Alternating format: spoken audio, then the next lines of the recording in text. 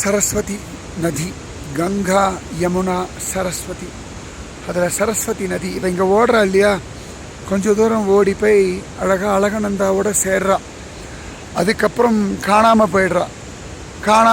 நிறைய பேர் சரஸ்வதி நதி எக்ஸிஸ்டிங் கிடையாது அப்படின்னு சொல்லிட்டு இருக்கான். ஆனால் ரிசர்ச் பண்ணியிருக்கா நம்ம இஸ்ரோ. ரிசர்ச் பண்ணதில் இது கீழே பூமியில் உள்ளே ஓடி ஓடி ஓடி ஓடி துவாரக பக்கம் போய் அழகாக அங்கே கடலில் சங்கமிக்கிறா அப்படின்னு காண கிடைக்கிறது.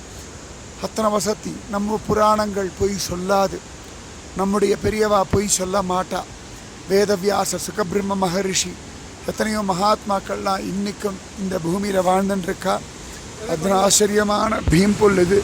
சரஸ்வதி வர வேகத்தை பாருங்கோ, நன்னா சேவிச்சுக்கோங்கோ. நான் இது மாதிரி ஒரு நதி உண்டா லோகத்தில்? எத்தனை அழகாக வரா பாருங்கோ.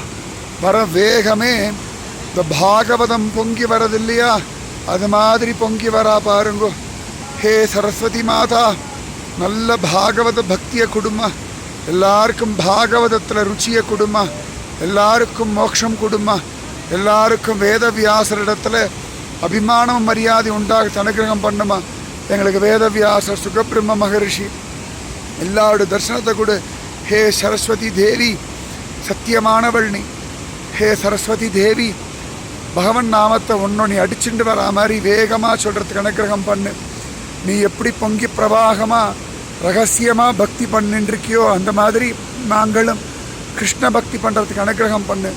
உலகத்தில் எங்களுக்கு யாரையும் தெரிய வேண்டாம், உலகத்துக்கு எங்கள் பக்தி புரிய வேண்டாம், உலகத்தில் எங்களுடைய பக்தியை யாரும் கொண்டாட வேண்டாம். ஹே சரஸ்வதி மாதா, ஹே சரஸ்வதி தேவி, நீ எப்படி யாருக்கும் தெரியாமல் ரகசியமாக பூமிக்குள்ளே ஓடின்றிருக்கியோ அந்த மாதிரி எங்கள் மனசுக்குள்ளே இதுபோல் பொங்கி பிரவாகமாக ஒரு கிருஷ்ண பக்தி வரத்துக்கு அனுகிரகம் பண்ணு.